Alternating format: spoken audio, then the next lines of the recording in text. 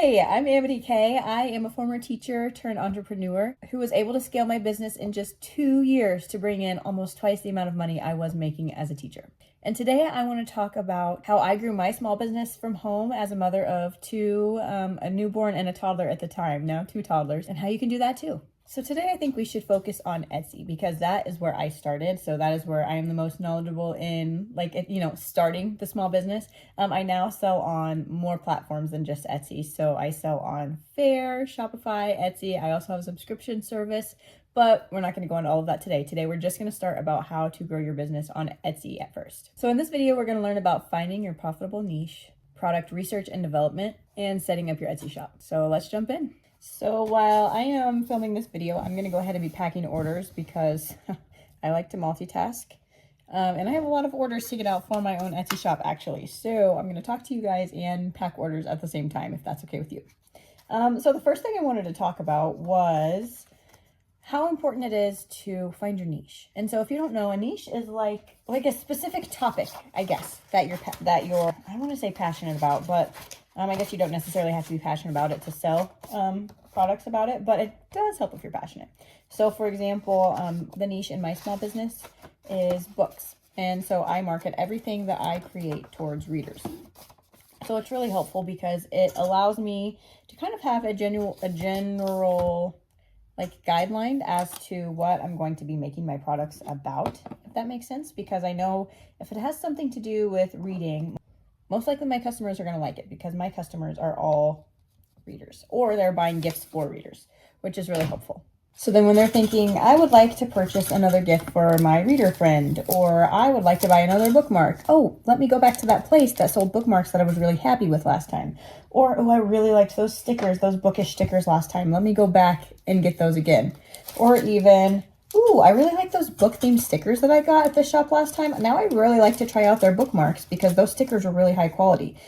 You know what I mean? So that makes sense. Like once they kind of have an idea of like a certain topic in mind with your shop, then you might have a lot more repeat customers. Whereas, let's say you sell things about everything, you have more of a general store. Now I have heard people having general stores work out for them, but I do think it's a lot harder to create a name for yourself or a brand that people think of when you just have a general store. So some examples of a niche that you could pick would be like what I said, like I sell gifts or I sell things for readers, right? So I have like a bookish store.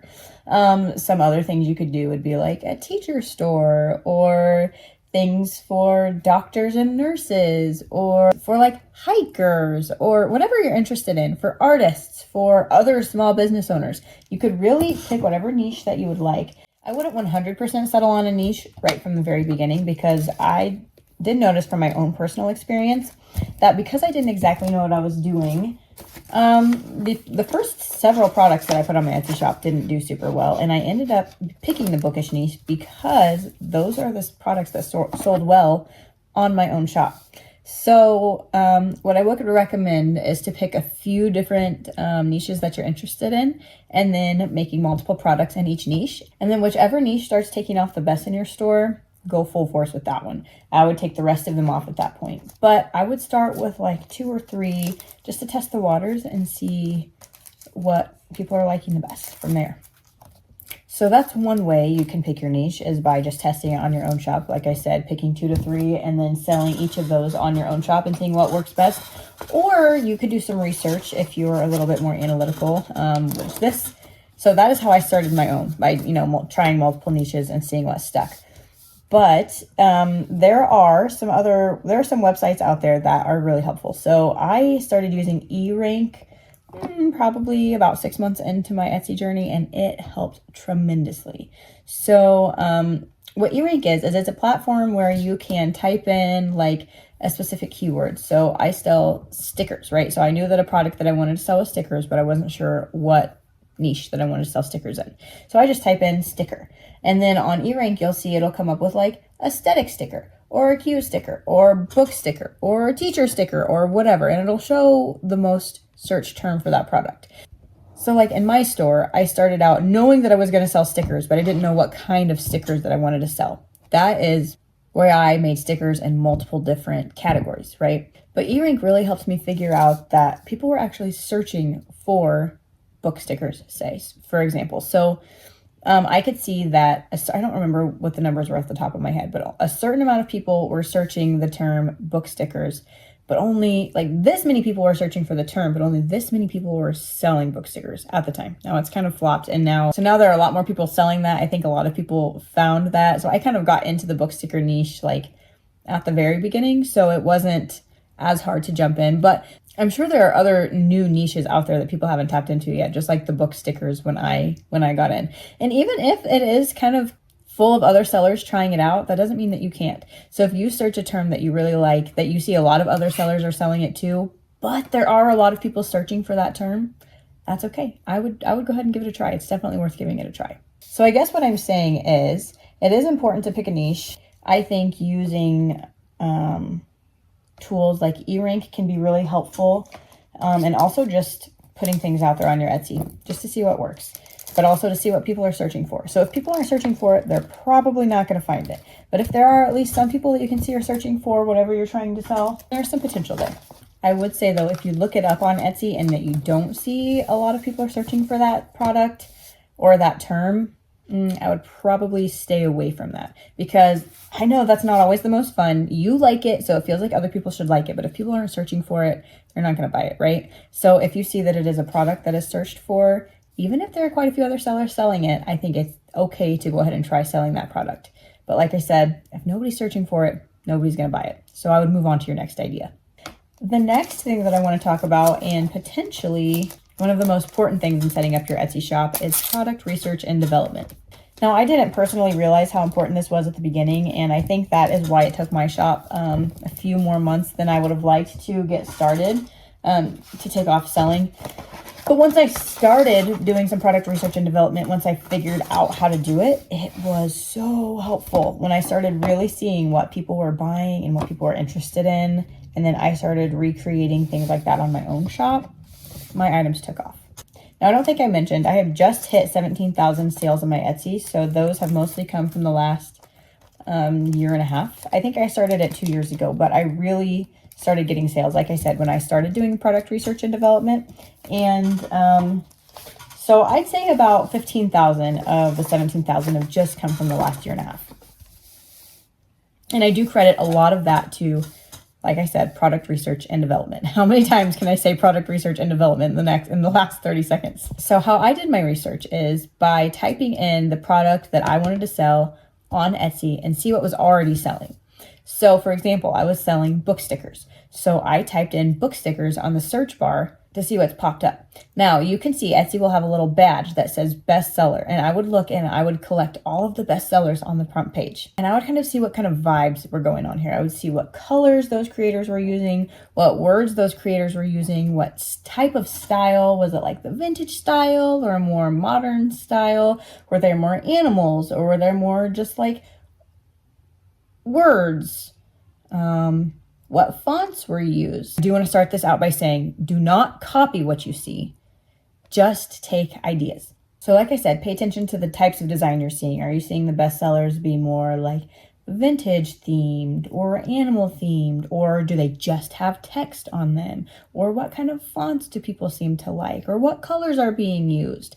Take those and make your own products. Use the information that you found during your product research, but do not copy exactly what anybody else has, because that's not going to get you anywhere. Another way to do product research and development is by using eRank, like I said. So once you've decided on your niche, like say I've decided on book stickers, now I could look up and see on eRank, are people looking for romance book stickers? Are people looking for pink book stickers? Are they looking for thriller book stickers? Like, people will use very specific words to search for things oftentimes, and eRank will tell you exactly how many people are searching versus how many people are selling for that term, like I talked about before. So this is a really helpful tool to use when you are doing research of your own for your products, to see what kind of products you would like to sell, because like I said, if people are searching for it, then you want to sell it. If people are not searching for it, then go ahead and skip that idea. But this combined with looking to see what types of designs people are wanting right now, what colors, what styles people are looking for, that combined with finding out what search terms people are looking for is a really great recipe to figure out what you want to sell. So for example, if you see that animal pictures are really trending on stickers, for example. And now I know I'm using stickers a lot because that's what I did, but you don't have to do stickers. Clearly, you can do whatever product you want. I'm just using stickers as an example because that's how I started my own shop. But say I see that a lot of designs, pink seems to be really popular. So a lot of the products with the bestseller badges have pink on them.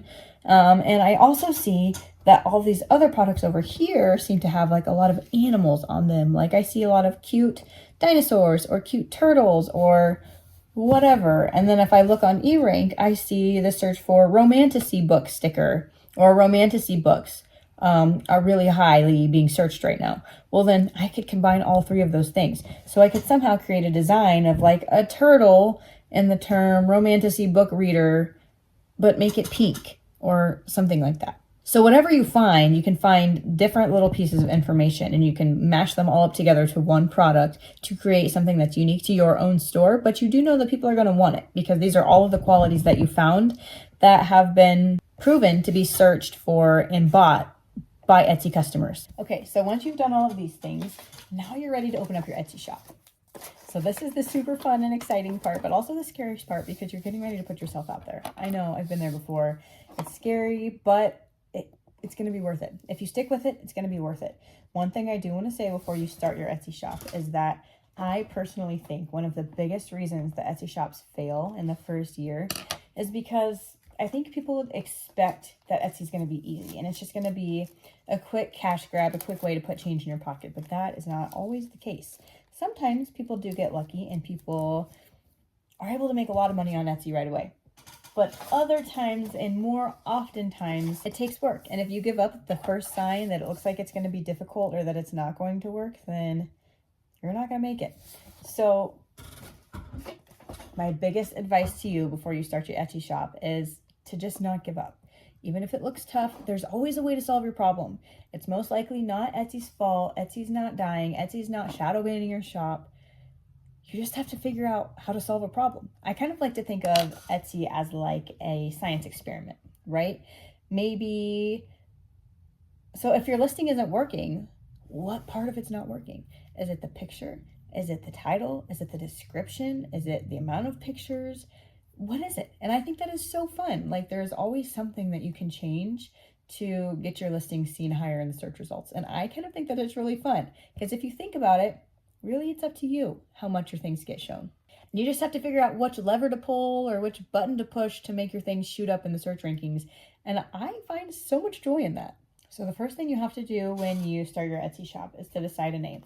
Now, this was one of the most difficult parts for me because I could not pick a name. It's not easy to think of something that you're going to have to stick with for a while, so I would definitely take your time on this part, but not too long because I'm afraid if you take too long, then you'll never start. So I would make a list of different names that you like. Also, using ChatGPT is a really good way to help you think of a name for your Etsy shop. That is unfortunately a tool I didn't have a few years ago when I was starting out, or that I didn't know about anyway. So that would be a really helpful way to find your Etsy shop name. Next, you need to add your first product. So something that people don't necessarily think about when they're first starting an Etsy shop is how important the little details are. So if Etsy has an area for you to fill out, you need to fill it out. So before you write a title, it's really important to research that title to make sure that it's word that people are searching so that way your product can get found. So that's where eRank can come back in, for example. Don't put anything in the title that you don't see that people are searching for on eRank. So before you put it in the title, type it up on your computer. Are people searching for it? Yes, perfect. I'm going to put it in my title. So you can put, I don't remember how many words that you can put in your title as of right now on Etsy, but there's quite a few. My advice is to use up all of that space that Etsy gives you. So for example, I would write pink fantasy book sticker or book club sticker or gift for book club or gift for teacher, or I would look for a bunch of different phrases that would fit my item on eRank. And if they're, like I said, if it's being searched on eRank, put it in your title. And then Etsy will give you 13 tags to use on each product. And I would do the exact same thing. I would not put a tag on your product if it doesn't show that it's being searched on eRank. So just like I said, gift for teacher, gift for mom, or whatever, make sure that it's being searched on Etsy before you put it in your products. I would also make sure to use all 13 of those tags that Etsy gives you. Don't just use 5 and then say, oh, I can't think of any more, I'm not going to put anything else in. That's probably not a good idea. The more that you put in, the more options that people are going to have to find your listing. So I would definitely use all 13 tags. Your listing description is also super important. So something that I have recently started doing is I've started using ChatGPT to help me write my listing descriptions. And I have found that they will come up with some pretty good descriptions. So you don't have to use it word for word or anything, but they will come up with some pretty good SEO rich descriptions that will be found in Etsy. So for example, if I have like a bookish coffee mug, I'll say, I have a 11-ounce book coffee mug with a handle that is able to be microwaved and it's dishwasher safe. It has a literary design. Can you please write an Etsy description for me to use on my product? And then more often than not, they come up with some pretty darn good descriptions. So I think it could be a good idea to come up with a few different descriptions from ChatGPT or another AI platform. I've actually found that the platform Claude works way better than ChatGPT when it comes to writing descriptions. So I would highly recommend it. It does have a monthly fee, but I think its descriptions are way better and it sounds a lot more like a person is writing them than ChatGPT. So highly recommend Claude for that. And the last tip that I have for today is that when you are setting up your Etsy shop, something that I have noticed is that the more listings you have, again, the more chances you're going to be able to be found in the search results. So the more listings you have, the more sales you're going to have. And if you don't have a lot of listings, that means there's not a lot of potential for people to follow you or to find your products on Etsy. So I think a good goal to have is like 1,000 listings. So right now I only have like just under 500 listings and I'm still making a decent amount of sales every day. However, I do think a lot of that is because of all of the listings that I used to have. I actually just recently took a lot of listings off of my Etsy store because I'm making some changes to my own store and I can tell that my sales have dropped dramatically. So my goal personally is to get a bunch of new listings up on my own store. So I know it's not super easy to do right away to get a ton of listings right off the bat, but I would say that a good goal is to get like 1,000 listings on your shop in order to get the most eyes on your listings as possible. Now I know this might feel like a lot of information that's being thrown at you today, but it's all super important. And I do plan on creating a series of videos where I just got another order. Did you hear that? Sorry, I do plan on creating a series of videos where I will dive deeper into all of these. So I would like to make a video where I dive deeper into using eRank and finding those specific search terms, where I do create a sample product on Etsy so you can see what the whole listing process looks like and or also to show you how I would personally do product market and research. If any of those things sound interesting to you, could you leave a comment down below and tell me which video you think that I should make first? Which of those topics sounds like it would be the most helpful to you for me to create in this series next? That would be super helpful for me to know what you need to know because I want you to be the most successful Etsy seller that you can be. And I would love to be here to help you on that journey because I know a lot of YouTubers helped me on my journey and I would really like to be that for you. So like I said, leave a comment down below on any of those topics that I said, or if there's something else that I didn't even mention that you are really confused about or interested in learning more about, please leave a comment down below and I would love to make a video about that next. Bye guys.